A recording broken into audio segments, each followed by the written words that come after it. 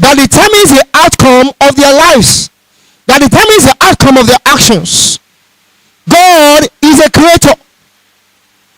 Is a creator of all humans, and as well a redeemer of some folks.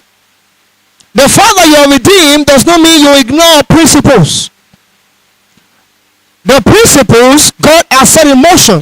Don't forget, the moment he put Adam and Eve in a garden, the first thing he gave them was a law. And the first thing he did after the old laws was wiped away with water, when the new world, during the time of Noah, the first thing he said was, seed time and harvest shall not cease. It was a law. God has put law in motions. Laws in motion. We call them principles. Principles are rules that guide the outcome of our actions. So if you don't adhere by these principles, you might not enjoy the abundance of God on earth. Deuteronomy 8 verse 18 says, I am the Lord that gives you power to get wealth. I have given you the laws. I have given you the principles that get you. I have set the laws in motion. Go and seek for it. Proverbs 25 verse 2. It says, it is the glory of God to conceal a matter. It is the honor of a king to search it out. So God has given us the principle. He has set it in motion. It is our duty, by making choices, right choices, search it out. The book of Deuteronomy 30 verse 19 says, I have placed in you life and death, blessing and curses. He said, I admonish you, choose life. Choose the right principle, that you may enjoy the rewards, that you and your children may enjoy it. So there are laws that have been set in motion that govern the reality of our prosperity. If you don't search out these laws, or if you don't abide by these laws, you might not enjoy it. Though you might make it to heaven like Lazarus.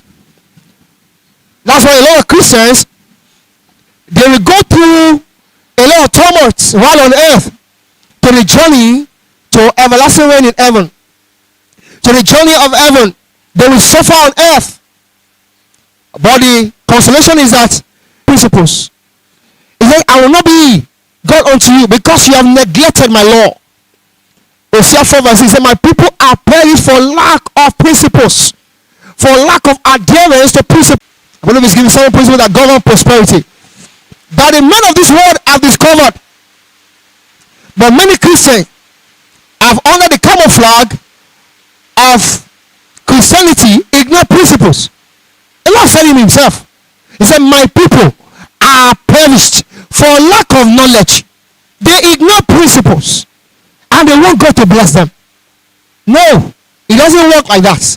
You don't mask your irresponsibility with prayers. You don't masquerade it. You've got to go. He said, go to them that sell and buy. Those 10 virgins, the wise virgins told the foolish virgins. He said, go to them that sell and buy. So if you're a Christian, you are a child of God. Your prosperity will not dwell on you like a ripe cherry. It will only come based on the activation of the right principles in your life. You have a responsibility to embark on. It is not going to be God to do it for you. You have the responsibility to undertake the right principles. So it's so important that we understand these things so that we can begin to walk with God with wisdom. God wants us to prosper because what's the reason for God's prosperity in our life? It is to expand, to fulfill purpose, and expand the frontiers of God's kingdom on earth. We are his ambassador.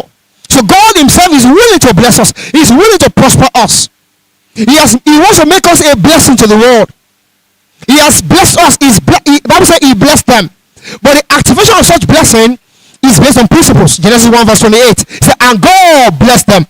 He has blessed us. But the reality of those blessings will come by us activating the principles. The blessing of God upon the life of Isaac did not just come to manifestation because the blessing was on his life, but by him taking responsibility, creating ideas, doing things, engaging his work, engaging principles. See, time and harvest. And it was a reality in his life. Thank you, Jesus.